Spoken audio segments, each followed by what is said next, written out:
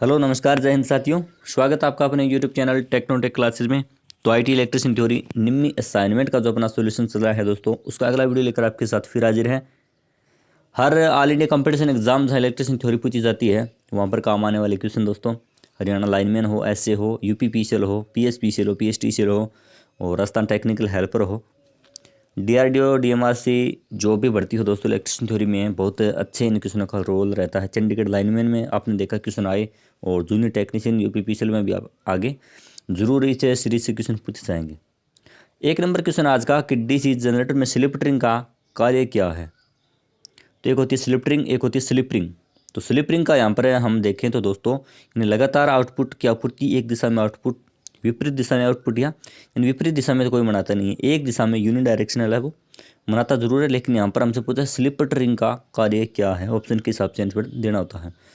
प्रत्यावर्ती कंडक्टर से आउटपुट एकत्रित करता है, ये तो कार्य होता है दोस्तों स्लिप रिंग का। स्लिप रिंग से क्या हम प्रत्यावर्ती यानी ऐसी जो वोल्टेज, ऐसी सप्लाई होती है, ऐसी धारा होती है, वो हम आर्मेचर से प्राप्त करते हैं, जो मूल रूप से जनरेटर है वो पैदा करता है, और उसको डीसी के रूप में आगे हमें लेने के लिए, डीसी के रूप में लेने के लिए हम वहाँ पर काम में लेते हैं स्लिप रिंग। दो भागों में बंटी एक स्लिप रिंग होती है दोस्तों, दो भागों में बंटी। इस कारण क्या है, ब्रशों से इसके कनेक्शन होते हैं, ये एक नियत मान की एक ही दिशा वाली जो धारा हमें प्रोवाइड करवाती रहती है। राइट आंसर यहाँ पर है। आप ए और बी दोनों में कन्फ्यूजिंग होंगे कि एक ही दिशा में, यानी स्लिप रिंग यही होती है कि डीसी में धारा या सप्लाई प्रोवाइड करवाती है, तो इसका राइट आंसर बी होना चाहिए, लेकिन नहीं है दोस्तों। इसका राइट आंसर होगा लगातार बी होगा, लेकिन ए नहीं होगा, लगातार आउटपुट की आपूर्ति। तो लगातार आउटपुट की आपूर्ति हम इसको नहीं बोलेंगे, राइट आंसर इसका बी होगा कि एक ही दिशा में आउटपुट बनाता है, यानी एक ही दिशा में आउटपुट है वो हम इससे स्लिप रिंग से प्रदान करते रहते हैं। जो मान में उतार चढ़ाव होते हैं उसको पल्सेटिंग डीसी बोलते हैं। इस प्रकार के डीसी हम इसे ले सकते हैं, यानी इसका मान में तो उतार चढ़ाव जरूर होते हैं, लेकिन दिशा नियत रहती है, यानी ये जो इस तरफ दिशा होती है, ये अपने यहाँ पर जीरो को मान आया, उसके बाद में धारा तेज हुई अचानक है, उसके बाद में वापस जीरो, तो मतलब धारा में उतार चढ़ाव आते रहते हैं, लेकिन दिशा इसकी नियत रहती है। तो इसका राइट आंसर होगा एक ही दिशा में आउटपुट है वो बनाता है। डीसी जनरेटर में किस प्रकार का वोल्टेज गतिशील रूप से प्रेरित होता है। तो जनरेटर में पल्सेटिंग वोल्टेज, दोलनशील वोल्टेज, ये पल्सेटिंग तो हम बाद में स्लिप रिंग के माध्यम से लेते हैं दोस्तों, और ऑसिलेटिंग ये जो इलेक्ट्रॉनिक का चैप्टर होता है वहाँ पर हम पढ़ेंगे ऑसिलेशन। प्रत्यावर्ती वोल्टेज, प्रत्यक्ष धारा वोल्टेज। तो पूछा गया कि डीसी जनरेटर में किस प्रकार का वोल्टेज गतिशील रूप से प्रेरित होता है, इंड्यूस्ड कौन सा होता है। तो दोस्तों किसी भी जनरेटर या मोटर में डीसी एसी, तो मूल रूप से जो इंड्यूस्ड यानी प्रेरित होने वाला ईएमएफ होता है वो फैराडे के विद्युत चुम्बकीय प्रेरण के नियम के अनुसार प्रत्यावर्ती वोल्टेज होता है। यानी कोई भी मशीन है वो मूल रूप से एक एसी पैदा करता है, घूमने वाला जो चुंबकीय क्षेत्र होता है उसके अनुरूप क्या है वो एसी वोल्टेज या प्रत्यावर्ती वोल्टेज पैदा करती है, और उसी को हम स्लिप रिंग के माध्यम से हमें एसी या डीसी के रूप में बाहर प्राप्त करते हैं। तो यहाँ पर मूल रूप से पूछा गया तो दोस्तों वो प्रत्यावर्ती वोल्टेज ही होती है। राइट आंसर पर सी ऑप्शन है रहने वाला है। एक्स के रूप में चिन्हित स्लॉट का नाम क्या है। तो कुंजी तरीका ठीक करने के लिए, या वायु परिसंचरण के लिए, स्नेहन के लिए, साफ्ट से आसानी से हटाने के लिए। यानी ये डायग्राम दिया गया दोस्तों आर्मेचर की कोर का, सामने से हमें पत्तियां दिखाई दे रही है, और ये जो खांचा बताया गया है किसके लिए, तो right answer to fix the key way. यानी यहाँ पर आर्मेचर की पत्तियों को एक दूसरे में मतलब खोलने के लिए या कसने के लिए यहाँ पर पैच लगे होते हैं, तो यहाँ पर कुंजी लगाई जाती है, की लगाई जाती है। इसका राइट आंसर होगा ए ऑप्शन। अगला क्वेश्चन है कि डीसी जनरेटर में फील्ड कॉइल का उद्देश्य क्या होता है। फील्ड कॉइल एयर गैप में फ्लक्स बढ़ाने के लिए, मैग्नेटाइजिंग करंट को कम करने के लिए, ये तो नहीं होगा दोस्तों। फील्ड फ्लक्स का निर्माण करने के लिए, पोलों को चुंबकित करना, या चुंबकीय पथ के रिलेक्टेंस को बढ़ाने के लिए। रिलेक्टेंस बढ़ाया नहीं जाता दोस्तों, चुंबकीय पथ के लिए रिलेक्टेंस को कम किया जाता है। तो राइट आंसर होगा फील्ड कॉइल का उद्देश्य होता है दोस्तों यहाँ पर कुंडली फ्लक्स का निर्माण करने के लिए पोलों का चुंबकित करना, या फिर to increase the flux in air gap. तो जनरेटर में फील्ड कॉइल का दोस्तों उद्देश्य होता है कि एयर गैप में फ्लक्स बढ़ाना। राइट आंसर ए ऑप्शन है रहने वाला है। नहीं दोस्तों, यहाँ इसका राइट आंसर ये होगा सी ऑप्शन, कुंडली फ्लक्स का निर्माण करने के लिए पोलों को चुंबकित करना। यानी एयर गैप में फ्लक्स को बढ़ाने के लिए यहाँ पर पोल शू लगाए जाते हैं दोस्तों। यानी इस प्रकार जो पोल शू लगाए जाते हैं बॉडी में, तो वो क्या करते हैं, एयर गैप में फ्लक्स बढ़ाने के लिए वो पोल शू लगाए जाते हैं। लेकिन यहाँ पर फील्ड कॉइल है वो कुंडली फ्लक्स का निर्माण करने के लिए पोल को चुंबकित करती हैं, यानी इन पोल को कौन चुंबकित करेगा, वो फील्ड कॉइल, और ये पोल है क्या बाद में एयर गैप में जो फ्लक्स बढ़ाने का कार्य करते हैं। तो राइट आंसर इसका सी ऑप्शन रहने वाला है अभी। अगला क्वेश्चन है कि बड़े डीसी जनरेटर मशीनों के लिए पोल कोर बनाने के लिए किस धातु का उपयोग किया जाता है। तो बड़े मशीनें होती हैं तो उनके पोल कोर बनाने के लिए दोस्तों नरम लोहा, डलवा इस्पात या स्टेनलेस स्टील। तो इसका राइट आंसर होगा दोस्तों डलवा इस्पात, कास्ट स्टील का उपयोग वहाँ पर किया जाता है दोस्तों। और छोटी जो मशीनें होती हैं उनके बॉडी या कोर बनाने के लिए हम नरम लोहा या डलवा लोहा इसको बोल सकते हैं, सॉफ्ट आयरन का ही नाम होता है। तो इसका राइट आंसर सी ऑप्शन होगा कि बड़ी मशीनों की पोल कोर बनाने के लिए कास्ट आयरन भी इसको बोल सकते हैं दोस्तों, कास्ट आयरन नहीं दोस्तों, कास्ट स्टील होगा दोस्तों, इसका प्रयोग हम वहाँ पर करते हैं। यहाँ पर बताया गया इंग्लिश में भी, कई बार हिंदी में लिखा आता है कास्ट स्टील। कास्ट आयरन हम डलवा लोहे या नरम लोहे को बोलते हैं। तो बड़े जो जनरेटर होते हैं उनकी कोर बनाने के लिए हम कास्ट स्टील का प्रयोग करते हैं। छोटे मशीन होते हैं उनका जो कोर बनाने के लिए हम डलवा लोहा या कास्ट आयरन का प्रयोग करते हैं।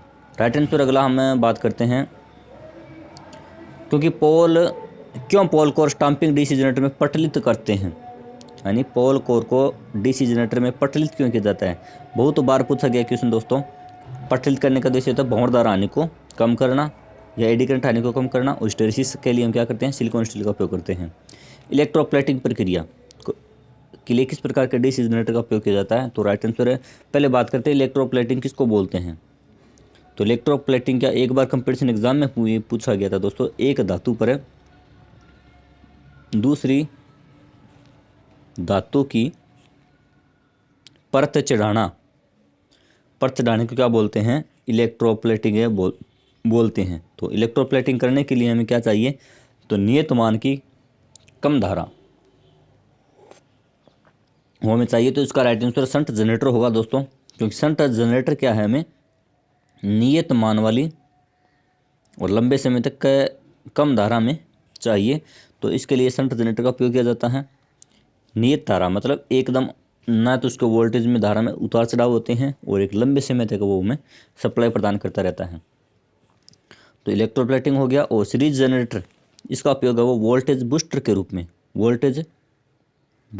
में किया जाता है। लेकिन कहाँ पर किया जाता है, तो इसका राइट आंसर होता है सीरीज जनरेटर को वोल्टेज बूस्टर के रूप में हमें डीसी पारेषण या प्रसारण जो बड़ी लाइनें होती हैं डीसी की, वहाँ पर हमें सीरीज जनरेटर का प्रयोग वोल्टेज ड्रॉप को पूरा करने के लिए वोल्टेज बूस्टर के रूप में किया जाता है। डिफरेंशियल कंपाउंड जनरेटर का उपयोग दोस्तों यहाँ पर आर्क वेल्डिंग में किया जाता है, आर्क वेल्डिंग में। और इसका SH या SE यानी शंट फील्ड का और सीरीज फील्ड का जो चुंबकीय क्षेत्र होता है वो विपरीत स्वभाव का होता है, घटने वाले स्वभाव का होता है। इस कारण इसको हम डिफरेंशियल बोलते हैं, यानी विभेदक यौगिक जनरेटर। और कम्युलेटिव का क्या होता है कि शंट फील्ड का और सीरीज फील्ड दोनों का चुंबकीय क्षेत्र जुड़ने वाली प्रकृति का होता है कम्युलेटिव कंपाउंड जनरेटर। अगला क्वेश्चन है कि डीसी जनरेटर में कंपनसेटिंग वाइंडिंग का उद्देश्य क्या होता है। तो कंपनसेटिंग वाइंडिंग इस प्रकार दोस्तों, आर्मेचर के जो वाइंडिंग होती हैं यानी इस प्रकार है, जैसे आर्मेचर की इस प्रकार वाइंडिंग है, तो कंपनसेटिंग वाइंडिंग क्या होती है, एक या दो टर्नों वाली और विपरीत टर्नों वाली एक कॉइल होती है, इसको कंपनसेटिंग वाइंडिंग बोलते हैं। क्वेश्चन एक बार पूछा गया था इसके टर्न कैसे होते हैं, तो विपरीत होते हैं और बहुत ही कम होते हैं। यानी ये टर्न अगर इस प्रकार है तो ये इसके उल्टे होंगे, विपरीत होंगे और इसकी अपेक्षा कम होंगे, एक या दो टर्न होते हैं। तो यहाँ पर पूछा गया कि कंपनसेटिंग वाइंडिंग का उद्देश्य क्या होता है, कठोर कम्यूटेशन कम करता है, नियत आउटपुट वोल्टेज या विचुंबकन प्रभाव को बेअसर कर देता है, या फील्ड कॉइल को एक्साइटेशन धारा को घटाता है। तो राइट आंसर है न्यूट्रलाइज द डीमैग्नेटाइज इफेक्ट, विचुंबकन प्रभाव को दूर करने के लिए हमें कंपनसेटिंग वाइंडिंग का उपयोग है वो किया जाता है दोस्तों। अगर बात करें कंपनसेटिंग वाइंडिंग कहाँ पर लगाई जाती है, तो ये लगाई जाती है दोस्तों पोल शू पर, या कई बार बोल दिया जाता है कि पोल फेस पर, यानी पोल फेस पर। शू कहाँ पर होते हैं, पोल के फेस पर ही होते हैं। तो एक बार पूछा गया था क्वेश्चन की कंपनसेटिंग वाइंडिंग वो कहाँ पर लगाई जाती है, तो पोल शू या पोल फेस पर लगाई जाती है। अगला क्वेश्चन है कि शंट फील्ड क्रांतिक प्रतिरोध मान से ऊपर है तो क्या प्रभाव पड़ता है डीसी जनरेटर में। तो आउटपुट वोल्टेज पल्सेटिंग है, यानी यहाँ पर शंट फील्ड वाइंडिंग का प्रतिरोध अगर क्रांतिक प्रतिरोध के मान से भी ज़्यादा है तो जनरेटर पर क्या प्रभाव पड़ेगा, क्या आउटपुट वोल्टेज पल्सेटिंग होगी या आउटपुट वोल्टेज सामान्य से ऊपर है, या जनरेटर वोल्टेज बनाने में विफल रहता है, या जनरेटर सामान्य रूप से वोल्टेज बनाता है। तो राइट आंसर इसका सी ऑप्शन होगा कि शंट फील्ड का प्रतिरोध अगर क्रिटिकल प्रतिरोध से, यानी शंट फील्ड का जो आर है वो क्रिटिकल से अगर अधिक है तो वहाँ पर जनरेटर वोल्टेज बनाने में विफल रहता है, नहीं बना पाएगा। तो इसके लिए क्या होना चाहिए, शंट फील्ड का प्रतिरोध हमेशा ही क्रिटिकल प्रतिरोध से कम रहना चाहिए। अगला क्वेश्चन है कि डीसी जनरेटर में आर्मेचर रिएक्शन का क्या प्रभाव होगा। तो बात करें आर्मेचर रिएक्शन होता क्या है दोस्तों, यानी आर्मेचर रिएक्शन किसको बोलेंगे। तो जो आर्मेचर का जो चुंबकीय क्षेत्र होता है, यानी आर्मेचर चालकों में जब धारा प्रवाहित होती है तो उनका एक खुद का चुंबकीय क्षेत्र बनता है, और वो मुख्य चुंबकीय क्षेत्र का विरोध करता है। तो इसी कारण क्या होता है, उसमें एक आर्मेचर रिएक्शन होता है। तो इसी आर्मेचर रिएक्शन का प्रभाव उनसे पूछा है क्या होगा। तो राइट आंसर इसका रहने वाला है कि आउटपुट वोल्टेज बढ़ाता है, या आउटपुट वोल्टेज कम हो जाती है, आउटपुट वोल्टेज पल्सेटिंग हो जाती है, या आउटपुट वोल्टेज शून्य हो जाएगी। दोस्तों शून्य तो नहीं होगी, आउटपुट वोल्टेज पल्सेटिंग नहीं होगी, बढ़ेगी नहीं। तो राइट आंसर होगा आउटपुट वोल्टेज है वो कम हो जाएगी आर्मेचर रिएक्शन के कारण। और ऊपर हमने पढ़ा था कि आर्मेचर रिएक्शन को कम करने के लिए हमें, या विचुंबकन प्रभाव को दूर करने के लिए हम क्या करते हैं, कंप्रेशनिंग वाइंडिंग का उपयोग करते हैं। यानी पूछ लिया जाता है कि कंप्रेशनिंग वाइंडिंग का मतलब है जो कार्य है वो क्या है। तो आउटपुट वोल्टेज है वो कम हो जाती है आर्मेचर रिएक्शन के कारण, तो उस आर्मेचर रिएक्शन को दूर करती है वो, और आउटपुट वोल्टेज को बढ़ाती है कंप्रेशनिंग winding. Simplex wave wound armature के साथ एक 4 पोल डीसी जनरेटर में 1020 कंडक्टर चालक है, 1500 आरपीएम गति, और फ्लक्स प्रति पोल 0.007 वेबर है। उत्पादित ईएमएफ की गणना करें दोस्तों। यहाँ पर इसका राइट आंसर है, यानी पहले फॉर्मूला की बात करें तो फाई ईएमएफ फॉर्मूला वही लगने वाला है दोस्तों, फाई जेड एन पी बटा 60 इंटू ए, यानी 5ZNP/60 ए। इसी फॉर्मूले में सारे जो मान है वो लिख लेते हैं। यानी फाई का मान यहाँ पर फाई यानी सीधा मान नहीं लिखते हैं, फ्लक्स का मान यहाँ पर 0.007। फाई जेड चालकों की संख्या यहाँ पर बताई गई है 1020 चालक है, फाई जेड, और अन्य यहाँ पर 1500 आरपीएम, और पी यानी सिंप्लेक्स वेव होने के कारण पी यानी 4 पोल यहाँ पर बताए गए हैं, और 5ZNP/60 इंटू ए यानी आर्मेचर पथों की संख्या सिंप्लेक्स वेव में हमेशा ए बराबर 2। तो 0 हटी तो यहाँ पर आ गई 3 है 0। इस पूरे फॉर्मूले को हल करने पर यानी 2 0 से 2 0 कैंसिल, और यहाँ पर 2 2 4 2 5 तो 5 दूनी 10 और 5 दिया 15, और यहाँ पर 1020 से 0 से 0 और 6 1 6, और यहाँ पर 6 7 42, तो 17 इंटू 7 इंटू 3 17 दिए 51 51 दिए। तो राइट आंसर इसका आने वाला है दोस्तों 357 वोल्टेज, 357 वोल्टेज। पूरे फॉर्मूले को हल करने पर इसका राइट आंसर वो सी आएगा, और इसी फॉर्मूले में आपको सारे मान वो रखने हैं।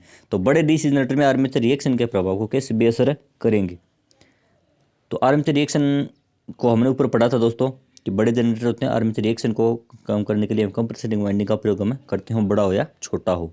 तो अगला हमारा क्वेश्चन है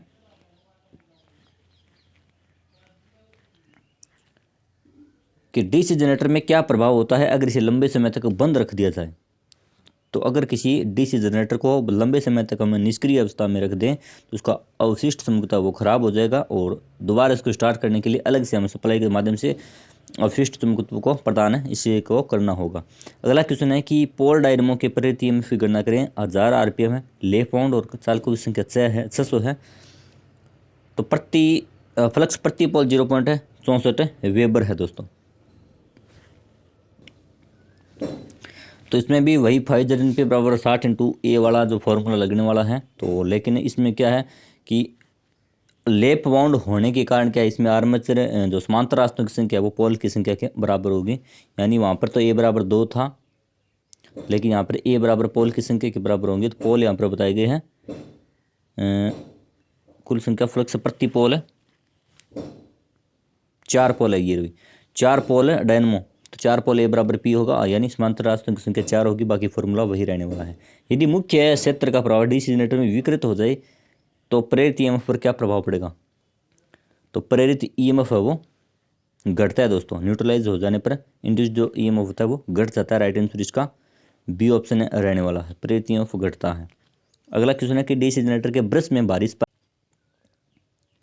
अगला क्वेश्चन है कि डीसी जनरेटर के ब्रशों में भारी स्पार्किंग होती है, इसका कारण क्या है? तो जनरेटर में भारी स्पार्किंग होने का कारण क्या होता है? तो फील्ड वाइंडिंग में शॉर्ट सर्किट या आर्मेचर वाइंडिंग में शॉर्ट सर्किट, एमएनए और जीएनए की स्थिति बदल गई या ब्रश के रूप में बहुत अधिक स्प्रिंग तनाव होता है दोस्तों। तो अधिक स्पार्किंग होने का कारण यहाँ पर सी और डी दोनों ही होंगे दोस्तों। ब्रश के रूप में अधिक स्प्रिंग तनाव होने के कारण स्पार्किंग होती है, लेकिन मेन पर्पज यहाँ पर बताया गया एमएनए और जीएनए की जो पोजिशन है वो बदल जाते हैं। इस प्रकार यहाँ पर जैसे ये हो गया जीएनए, और जो एमएनए की स्थिति है वो यहाँ पर आ जाती है। एमएनए चुंबकीय उदासीन है एक्स मैग्नेटिक न्यूट्रल एक्सेस, और यहाँ पर जियोमेट्रिक न्यूट्रल एक्सेस। जो जीएनए है वो इससे एमएनए 5 डिग्री आगे खिसक जाता है। तो इस कारण क्या होती है, वहाँ पर स्पार्किंग है वो अत्यधिक बढ़ जाती है। तो यहाँ पर राइट आंसर सी ऑप्शन रहने वाला है दोस्तों। और इस स्पार्किंग को कम करने के लिए जीएनए को क्या है, एमएनए की दिशा में आगे घुमाया जाता है। जीएनए को एमएनए की दिशा में, जब तक स्पार्किंग खत्म ना हो। तो आज के लिए इतने दोस्तों, मिलते हैं नेक्स्ट वीडियो में। तब तक के लिए जय हिंद जय भारत। चैनल को सब्सक्राइब, वीडियो को लाइक शेयर जरूर कर दीजिएगा। धन्यवाद।